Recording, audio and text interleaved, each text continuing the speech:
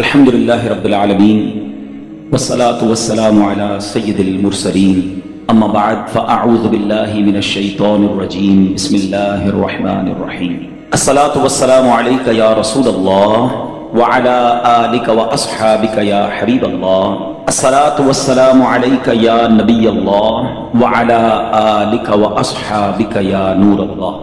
درود پاک پڑھنے کے بے شمار فضائل و برکات ہیں، بہت سارے فضائل، بہت ساری حدیثیں درود پاک کی برکتوں میں ملتی ہیں۔ ایک بڑا ہی خوبصورت واقعہ، ایک بزرگ ہوئے ہیں حضرت شیخ ابو حفص کاغذی رحمۃ اللہ تعالی۔ آپ کا جب انتقال ہوا تو چند دنوں کے بعد اپنے کسی دوست کے خواب میں تشریف لائے۔ دوست نے پوچھا کہ کیا احوال ہیں، قبر میں آپ کے ساتھ کیا گزری؟ تو کہتے مجھ پہ بڑا کرم ہوا۔ واقعہ یہ ہوا کہ جب مجھے قبر میں دفن کیا گیا، منکر نکیر، یہ وہ فرشتے ہیں جو سوال کرنے آتے ہیں، بولے وہ فرشتے جب آئے سوال کرنے تو مجھے اٹھا کر بٹھا دیا، سوال پوچھنے لگے۔ اتنے میں اللہ پاک کا فرمان آیا، اے فرشتوں ٹھہر جاؤ، اس بندے کے پہلے گناہ کاؤنٹ کرو، گناہ شمار کرو۔ کہتے میں تو ڈر گیا کہ اتنے گناہ، میرے گناہ جب کاؤنٹ ہونا شروع ہوئے تو ڈھیر لگ گئے گناہوں کے۔ اب اس کے بعد فرشتوں کو حکم ہوا کہ اس بندے نے ہمارے محبوب علیہ الصلوۃ والسلام پر دنیا میں جتنے درود بھیجے تھے وہ درود شمار کر۔ اب فرشتوں نے وہ درود کاؤنٹ کرنا شروع کیا۔ اللہ اکبر۔ کہتے ہیں خوش قسمتی سے، گناہ تو بہت تھے مگر خوش قسمتی یہ تھی کہ میرے درود میرے گناہوں سے زیادہ نکل آئے۔ فرشتوں کو حکم ہوا حسبکم یا ملائکتی، اے فرشتوں اب اتنا ہی حساب کافی ہے، اذهبوا به الى جنتی، اس بندے کو میری جنت میں لے جاؤ، یعنی اس کی قبر کو جنت کا باغ بنا دو۔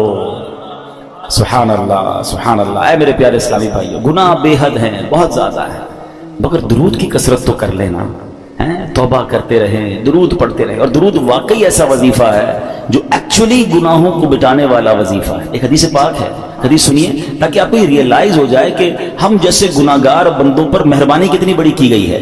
یہ درود ہمیں عطا کر کر نا ہم پر احسان کتنا بڑا کیا گیا ہے۔ قال رسول اللہ صلی اللہ علیہ وسلم، حدیث پاک سنیے گا، اور نسائی شریف کی حدیث ہے، من صلی علیہ صلاۃ واحدۃ صلی اللہ علیہ عشرہ، جس نے مجھ پر ایک بار درود پاک پڑھا اللہ پاک اس پر 10 رحمتیں نازل فرماتا ہے۔ وحطت عنہ 10 خطیئات، اور فرمایا اور 10 گناہ مٹاتا ہے۔ درود پڑھ رہے ہیں، ہر درود پر 10 گناہ بھی کم ہو رہے ہیں۔ پھر فرمایا وَرُفِعَتْ لَهُ 10 درجات، آقا فرماتے ہیں اور 10 درجات بلند فرماتا ہے۔ ایک گریڈ دنیا میں بڑھانے کے لیے نا بندہ کدھر کدھر فائل لے کے گھوم رہا ہوتا ہے، سر 17 گریڈ سے 18 کرا دیں، 18 سے 19 کرا دیں، کسی طرح 20 گریڈ لگ جائیں، 21 22 کے بعد تو سارا گریڈ بھی ختم ہو جاتے ہیں۔ اسی گریڈ کے چکر میں لوگوں کی دنیا گزر گئی۔ ہر درود پر میرے آقا فرما رہے ہیں 10 درجے بلند ہو رہے ہیں۔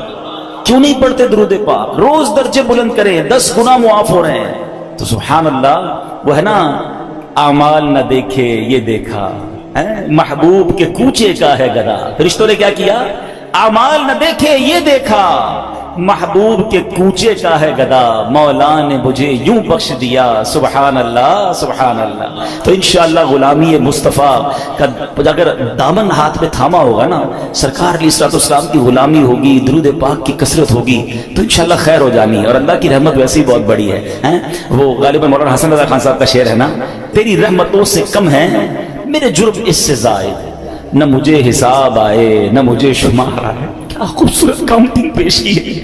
مگر مجھے اور کوئی حساب نہیں آتا، مجھے یہ نہیں پتا میرے جرم کتنے ہیں، مجھے ایک حساب آتا ہے کہ کتنی تیری رحمتوں سے کم ہے۔ مجھے یہ پتا ہے بہت زیادہ ہے، میں مانتا ہوں بڑی خطائیں ہیں، بڑے جرم ہیں، مگر ایک حساب ضرور آتا ہے مجھے کہ جتنے بھی گناہ ہیں تیری رحمتوں سے کم ہیں، میرے جرم اس سے زائد نہ مجھے حساب آئے نہ مجھے شمار آئے۔ مگر اور کوئی کاؤنٹنگ نہیں آتی مجھے، ایک کاؤنٹنگ پتا ہے کہ جتنا تو بڑا رحیم ہے نا، تیری رحمت جتنی بڑی ہے اس کے مقابلے میں میرے گناہ کچھ نہیں۔ اسی کریم سے بھروسہ ہے، اسی رحمان سے بھروسہ ہے۔ بس درود پاک کی کثرت کیجئے، اللہ سے سچی محبت کیجئے، توبہ کیجئے۔ وہ بڑا کریم ہے، وہ رحمان ہے، جو وہ کروڑوں کو بخش رہا ہے تو مجھ جیسے گناہگار کو بخشنا اس کی رحمت کے لیے کیا مشکل ہے۔ اللہ ہم سب کی بخشش فرمائے۔ نیت کر لیں کہ بس انشاءاللہ آج کے بعد درود پاک کی کثرت کریں گے انشاءاللہ۔ آئیے مل کر محبت کے ساتھ باواز بلند درود پاک پڑھ لیں. صلو علی الحبیب صلی اللہ تعالی علی محمد صلی اللہ علیہ وسلم. حضرت وہب بن منبہ رحمۃ اللہ تعالی بہت بڑے بزرگ ہیں, یہ تابعی بزرگ ہیں. آج یہ بھی سمجھ لیں تابعی کس کو کہتے ہیں, صحابی کس کو کہتے ہیں. پہلے یہ ڈیفینیشن سمجھ لیں. جس شخصیت نے سرکار دو عالم علیہ الصلوۃ والسلام کا ایمان کی حالت میں دیدار کیا یا صحبت اٹھائی. دیدار کرنا شرط نہیں ہے کیونکہ کچھ صحابہ نابینا بھی تھے. صحبت اٹھائی ایمان کی حالت میں اور ان کا انتقال بھی ایمان پر ہوا تو وہ صحابی ہیں.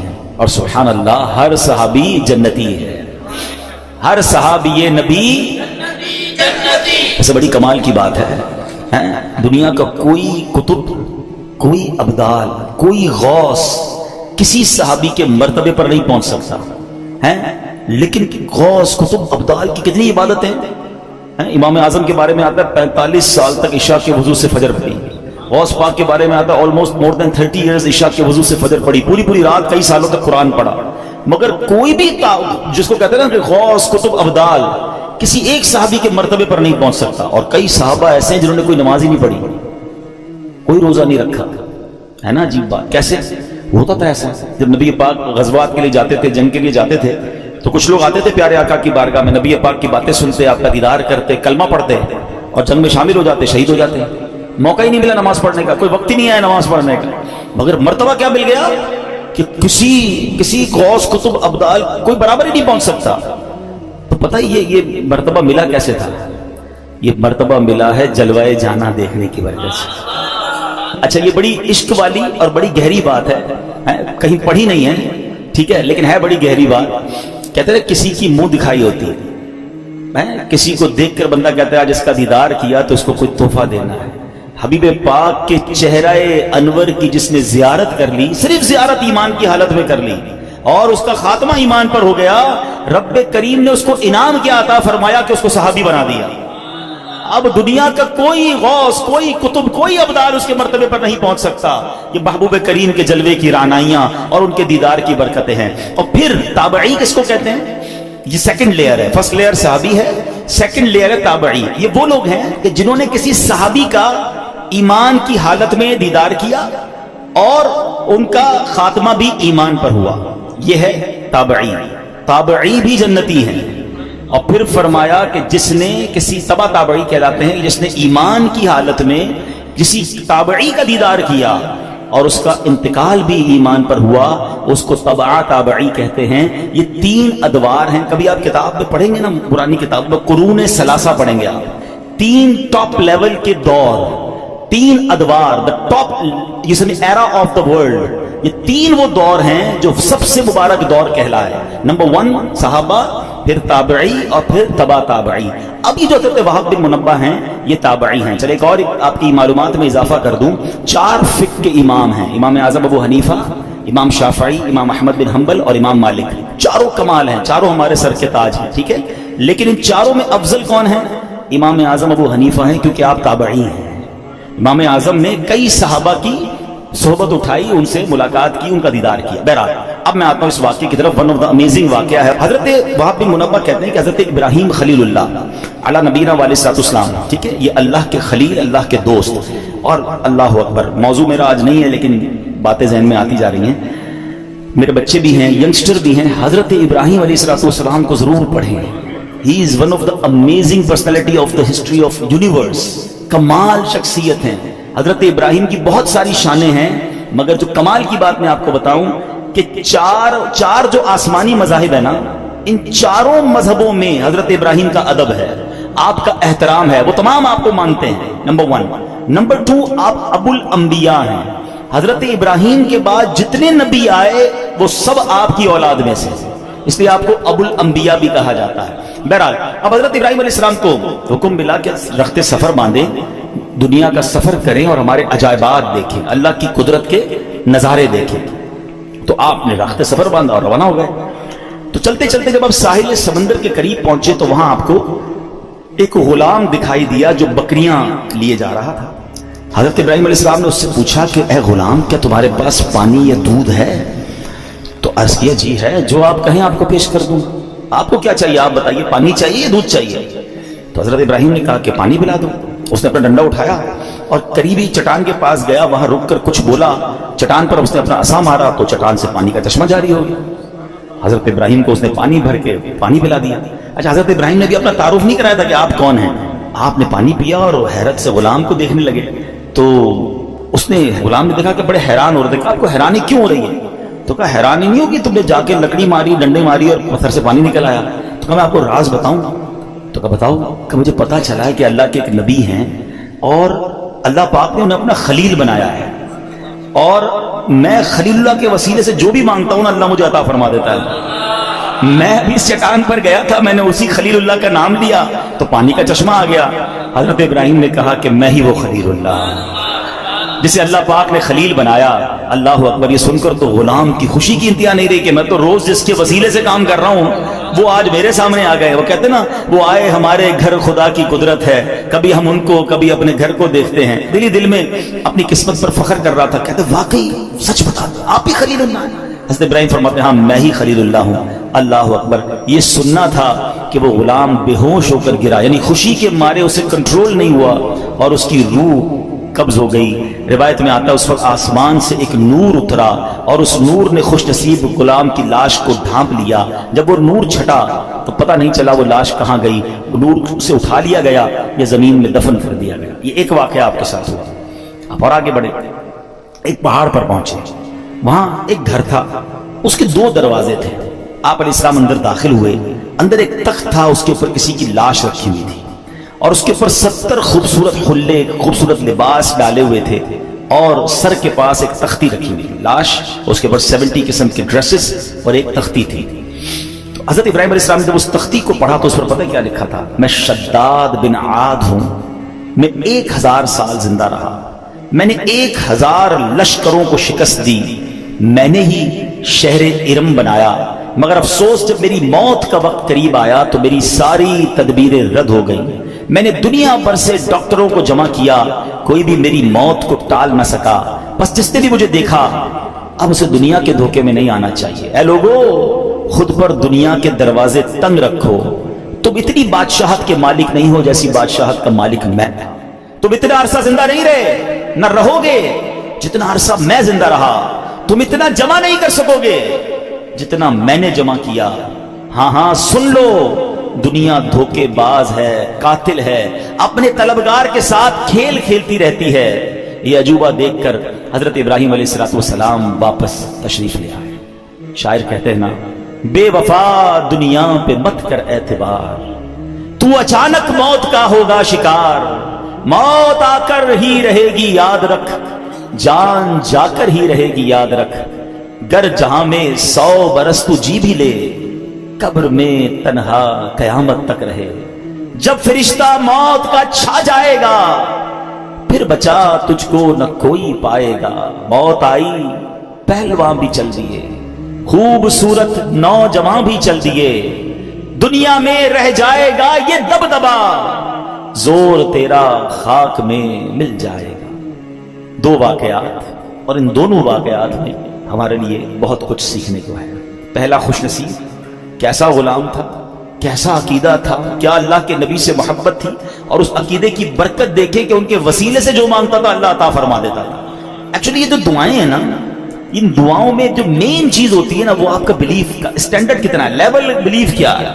اس کو محبت اتنی تھی حضرت ابراہیم سے, بھروسہ اتنا تھا اللہ پر کہ میں خلیل اللہ کا وسیلہ جب اللہ کی بارگاہ میں پیش کروں گا اللہ میری مشکلیں ٹال دے گا, میری مصیبتیں حل کر دے گا.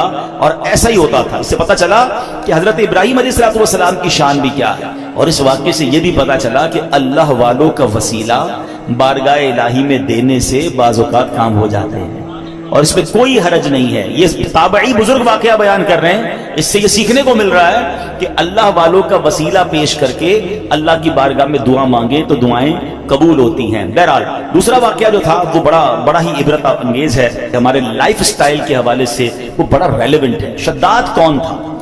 بڑے روب و دبدبے والا بادشاہ تھا. یہ غیر مسلم تھا, اور اس کے بارے میں اس نے کیا کیا تھا کہ اس نے جنت کا ذکر سن رکھا تھا غیر مسلم, مگر اسے سن رکھا تھا کہ مرنے کے بعد مسلمانوں کے پاس ایک کانسیپٹ ہے کہ جنت میں ان کو ڈالا جائے گا. تو اس نے کہا میں مرنے کا انتظار کیوں کروں اور مسلمان کیوں ہوں, خود ہی جنت بنا لیتا ہوں. شداد کی جنت دنیا میں مشہور تھی. اس نے کیا کیا, ایک عظیم شہر بنایا. ہم کیا امیجن کرتے ہیں حدیثوں میں نا کہ سونے کی اینٹیں ہوں گی, اس نے لٹرلی سونے کی اینٹوں سے محل بنائے, زبرجد اور یاقوت کے ستون کھڑے کیے, سنگریزوں کی جگہ خوبصورت موتی بچھا دیے, ہر محل کے گرد جواہرات بچھا کر اوپر نہریں جاری کی, طرح طرح کے درخت اگائے, غرض ایسا عظیم شہر بنایا. نہ دنیا میں اس سے پہلے کوئی ایسی سٹی کریٹ ہوئی, نہ اس کے بعد کبھی ہوئی. اور جب شہر مکمل ہو گیا نا, یعنی یہ شداد کا واقعہ کوئی افسانہ نہیں ہے, قرآن میں اس کا ذکر موجود ہے. اللہ قرآن میں فرماتا ہے فَصَبَّ عَلَيْهِمْ رَبُّكَ صَوْتَ عَذَابٍ إِنَّ رَبَّكَ لَبِالْمِرْصَادِ, تو ان پر تمہارے رب نے عذاب کا کوڑا برسایا, بے شک تمہارا رب یقیناً دیکھ رہا ہے. اللہ اکبر, اتنی دولت, اتنا مال, مگر ہوا کیا کہ شداد اس شہر میں قدم بھی نہیں رکھ سکا. جب وہ کریٹ ہو گیا, جب اس کی اوپننگ سیریمنی کا وقت آیا, شداد کو بلایا گیا کہ جناب اب آپ نے اس شہر میں داخل ہونا ہے جو آپ نے جنت دنیا میں بنائی ہے, مگر اس سے پہلے اسے موت نے آ لیا. جہاں میں ہے عبرت کے ہر سو نمونے, مگر تجھ کو اندھا کیا رنگ بو نے. کبھی غور سے بھی یہ دیکھا ہے تو نے, جو آباد تھے وہ محل اب ہیں سونے, جگہ جی لگانے کی دنیا نہیں ہے, یہ عبرت کی جا ہے تماشا نہیں ہے. ایسے کئی واقعات آپ نے بھی دیکھے ہوں گے, اپنی لائف میں دیکھے ہوں گے. بڑی تیاری کرتا ہے انسان, بڑی پلاننگ کرتا ہے, ابھی یہاں پہنچنا ہے, ابھی یہ گھر کمپلیٹ کروں گا, ابھی یہ بلڈنگ بنا لوں گا, ابھی بزنس سیٹل کروں گا, ابھی فلاں ملک پہنچ جاؤں گا, اور اچانک اس کی زندگی کا وقت پورا ہو جاتا ہے. آپ کو پتا ہے شب برات جو رات ہے, وہ رات کون سی رات ہے کہ اس رات فیصلے ہونے ہیں, اس رات یہ لکھا جانا ہے. جی ہاں, روایتوں میں مضمون ملتا ہے کہ یہ وہ رات ہے کہ جس رات یہ ڈیسیشن لیا جائے گا کہ اگلے سال کس نے مرنا ہے. یہ وہ رات ہے جس رات فیہا یفرق کل امر حکیم, قرآن کہتا ہے اس رات میں ہر حکمت والا کام بانٹ دیا جاتا ہے. نصف شعبان کی جب رات آتی ہے نا, حضرت عطا بن یسار فرماتے ہیں کہ 15th نائٹ آف شعبان جب رات آتی ہے تو حضرت ملک الموت کو ایک چھوٹی کتاب, ایک صحیفہ دیا جاتا ہے, حکم دیا جاتا ہے, اس میں جن کے نام لکھے ہیں ان کی روح اس سال قبض کر لینا. یہ ڈیوٹی دے دی جائے گی اس اگلے سال میں کس نے دنیا سے جانا ہے. وہ آپ فرماتے ہیں آدمی شادی بیاہ میں مصروف ہوتا ہے, گھر کی تعمیر و ترقی میں لگا ہوتا ہے, جبکہ اس کا نام مردوں کی فہرست میں لکھا جا چکا ہوتا ہے. بے وفا دنیا پہ مت کر اعتبار, تو اچانک موت کا ہوگا شکار, موت آ کر ہی رہے گی یاد رکھ, جان جا کر ہی رہے گی یاد رکھ. ذرا تھوڑا سا امیجن کرو نا, 2023 شب برات میں ہمارے ساتھ کچھ لوگ تھے جو آج نہیں ہیں. اٹ مینز ان کا نام اس رات ڈیسائیڈ ہو چکا تھا اور وہ ڈیلیور کر دیا گیا تھا. ہمیں نہیں, ان کو بھی نہیں پتا تھا, ہمیں بھی نہیں لگتا تھا یار یہ تو آس پاس ہی رہتے ہیں, یار یہ کدھر جائے گا. مگر he is not with us right now. کہاں ہیں؟ اپنی قبر میں ہیں. اگلی شب برات پھر آنی ہے. ہو سکتا ہے پھر مسجد میں اجتماع ہوگا, ہو سکتا ہے میں نہ ہوں, ہو سکتا ہے آپ نہ ہوں. کس بات کا غرور ہے یار, کس بات کی پلاننگ ہے؟ اتنے جنازے اٹھنے کے بعد بھی ہمارے اوپر غفلت ہے. میں ریسنٹلی ایک واقعہ ہوا ہے, بہت ہی میرے کلوز فرینڈ ہے, میں نام نہیں لوں گا, ان کے رشتہ دار یہاں موجود ہیں, مگر اس لیے وہ واقعہ بیان کر رہا ہوں کہ بہت کچھ سیکھنے کو ہے ہمارے لیے اس میں. ابھی پچھلے دنوں کی بات ہے, دنیا بھر سے لوگ جرمنی میں جمع ہوتے ہیں, ایک بزنس جو ہے وہ ایگزیبیشن لگتا ہے, ایمٹیکس ہیں, بڑے بڑے بزنس مین جاتے ہیں وہاں پر. اس بار اتفاقاً مجھے بھی جانے کا موقع ملا. ہماری نیت بزنس کی نہیں تھی, ہم الحمدللہ یہ نیت لے کر گئے تھے کہ جب دنیا بھر کے بزنس کمیونٹی کے لوگ جمع ہو رہے ہیں تو کیوں نہ ہم, ویسے جرمنی میں دعوت اسلامی کا بڑا کام ہے, تو ہم نے سوچا کہ ہم اپنا دعوت اسلامی کا کام بھی دیکھ لیں گے اور اس ایگزیبیشن میں جا کر بھی اسلام کی دعوت, نیکی کی دعوت اور لوگوں کو اللہ رسول کی بات پہنچائیں گے. میرے بہت اچھے وہ دوست بھی تھے, بہت, اگر وہ آج حیات ہوتے تو آج ہمارے اجتماع میں ہوتے, وہ اس مسجد میں بھی اجتماع میں آتے تھے. اتنا ہماری, یعنی سمجھ لیں ہماری اس فیملی کا حصہ تھے. ٹھیک ہے نا. کیا ہوا دیکھیں, مطلب کہاں موت آ سکتی ہے, کیسے موت آ سکتی ہے, آپ ذرا سمجھیے گا. اچھا میں اور آپ آج تک جب بھی جہاز میں بیٹھے ہیں ہمیں ایک ہی ٹینشن ہوتی ہے, جہاز گر نہ جائے. ایسا ہی ہے نا, سیٹ بیلٹ باندھ لیں, جہاز جب ببل کرتا ہے تو ہمیں گھبراہٹ ہوتی ہے کہ جہاز کریش ہو گیا تو مر جائیں گے. وہ جہاز میں بیٹھے, وہ جہاز کریش نہیں ہوا, 200-300 مسافر تھے, سب جرمنی پہنچے, مگر جہاز میں کم و بیش 35,000 فٹ کی بلندی پر ان کی روح قبض ہو گئی. وہ جہاز میں تھے, میں جرمنی ایئرپورٹ پہ لینڈ ہوا, مجھے میسج آیا, مجھے یقین نہیں آیا. میں نے کہا اچھا, میسج بھی بڑا عجیب تھا کہ فلاں بھائی کا جہاز میں انتقال ہو گیا. اور ابھی کچھ گھنٹوں بعد جرمنی فلائٹ اترے گی. میں نے کہا یار جہاز میں انتقال ہوا تو خبر کیسے باہر آ گئی؟ اب تو خیر جہاز میں انٹرنیٹ آ گیا ہے. اب میں نے ان کے رشتہ داروں کو تلاش کرنا شروع کیا. ان کے کچھ رشتہ دار بھی جرمنی میں تھے. میں نے ان کو فون کیا. میں بھی ایئرپورٹ پہ ہی ہوں, جرمنی فرینکفرٹ ایئرپورٹ پہ ہی تھا. جہاز سے اترا, مجھے میسج آیا, مجھے یقین نہیں آیا کیونکہ مجھے یہ پتا تھا کہ یہ سارے آ رہے ہیں جرمنی. ان کے رشتہ دار کو کال کیا, وہ کہتے ہیں ہمارے پاس بھی خبر آئی ہے اور جہاز سے ہی آئی ہے, لیکن ہم خود بھی ششو پنج میں ہیں کہ واقعی ایسا ہو گیا. تو میں نے کہا جہاز سے کیسے آ گئی؟ کہ ان کے کچھ دوست ساتھ تھے, انٹرنیٹ انہیں ملا, انہوں نے فوراً میسج کیا. اور اچھا اب فلائٹ کب لینڈ ہوگی؟ تو کہا فلائٹ ابھی 5 گھنٹے باقی ہیں یا 4 گھنٹے باقی ہیں. میں بھی انتظار کرتا رہا, بار بار ہم فون پہ رابطے میں رہے.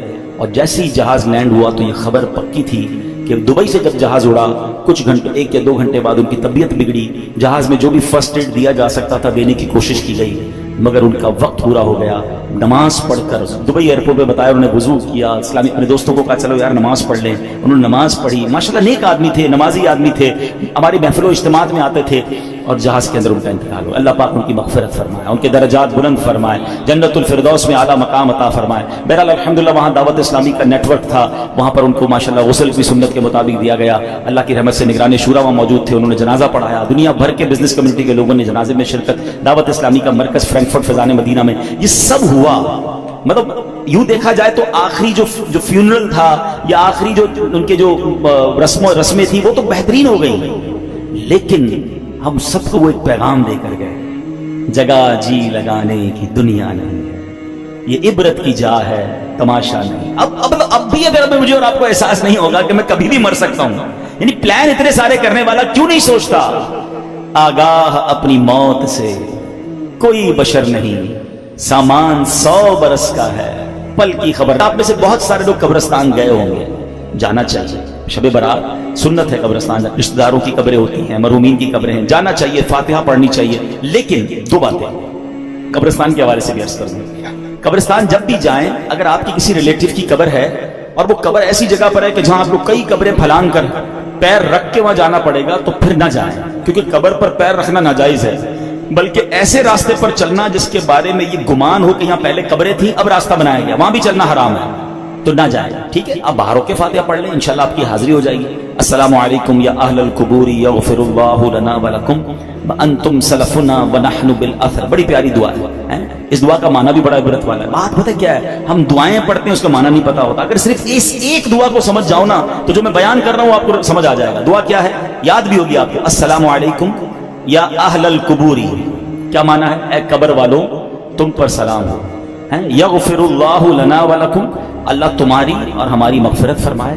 وانتم سلفنا ونحن بالاثر, تم پہلے چلے گئے, ہم نے پیچھے آنا ہے. یہ پیغام ہے اس دعا میں کہ قبریں دیکھ کر یاد کرو کہ یہ چلے گئے, اب تم نے جانا ہے. قبرستان جاتے ہیں پھر بھی چہرے پہ ہنسی ہے, پھر بھی انجوائمنٹ ہے, پھر بھی موبائل فون ہے. قبر کی کسی کو تدفین ہو رہی ہوتی ہے تو باہر وہاں بیٹھ کے سگریٹ پی رہے ہوتے ہیں, گپے لگا رہے ہوتے ہیں, بزنس کی باتیں کر رہے ہوتے ہیں. یار قبرستان جا کر تو یاد کر لو کہ کل میری باری آنے والی ہے. عبرت جس کو کہتے ہیں میسج لینے کا انداز ہی نہیں ہے. ہمارے بزرگان دین کیسے عبرت کے مدنی پھول لیتے تھے, لیکن ہمیں عبرت لینا نہیں آتا ہے. اب ذرا سوچیں. اچھا چلیں اس دعا میں ایک اور بات بھی سیکھ لیجئے. ماشاءاللہ وہی والی بات ہے نا, جو چیز سیکھنے کو مل جائے تو سیکھ لینی چاہیے. تو سیکھنی کیا ہے کہ اس میں کیا میسج ملا. دعا کیا ہے, دوبارہ دہرائیے گا. السلام علیکم یا اہل القبور. واہ بھائی واہ, مسئلہ تو حل ہو گیا اس دعا میں. حدیث پاک کی دعا ہے, یہ مشکات شریف میں دعا موجود ہے. اے قبر والو تم پر سلام ہو. قبرستان میں سارے اللہ کے ولی ہیں, بتاؤ نا, سارے صحابہ ہیں, سارے جنتی ہیں. ہمیں کیا پتا ہے, شرابی کی بھی قبر ہے, کبابی کی بھی قبر ہے, نمازی کی بھی قبر ہے, نیک کی بھی قبر ہے, گناہ. اللہ سب کی مغفرت فرمائے. مگر عام مسلمانوں کو حدیث کیا بتا رہی ہے, یا اہل القبور, اے قبر والو تمہیں سلام ہو.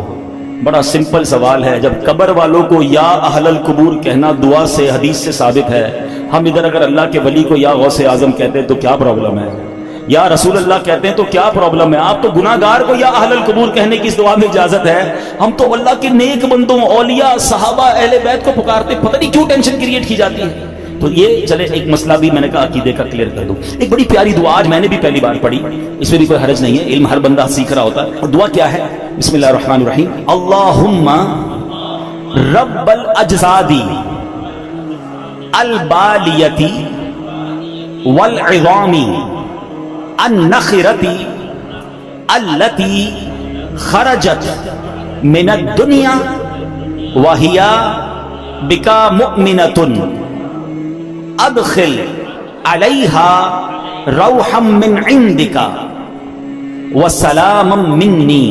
اب اس کا پہلے ترجمہ سنیے گا، پھر میں اس کی فضیلت بتاتا ہوں. اے اللہ، اے گل جانے والے جسموں اور بوسیدہ ہڈیوں کے رب، جو دنیا سے ایمان کی حالت میں رخصت ہوئے، تو ان پر اپنی رحمت فرما اور ان کو میرا سلام پہنچا دے. اچھا، یہ دعا جو ہے اس کی جو فضیلت ہے شرح الصدور میں ہے کہ جو بندہ قبرستان میں داخل ہو کر یہ دعا پڑھے تو حضرت آدم سے لے کر دعا پڑھنے کے وقت تک جتنے مسلمان فوت ہوئے یہ سب دعا پڑھنے والے کے لیے دعائے مغفرت کریں گے. یعنی اربوں مسلمان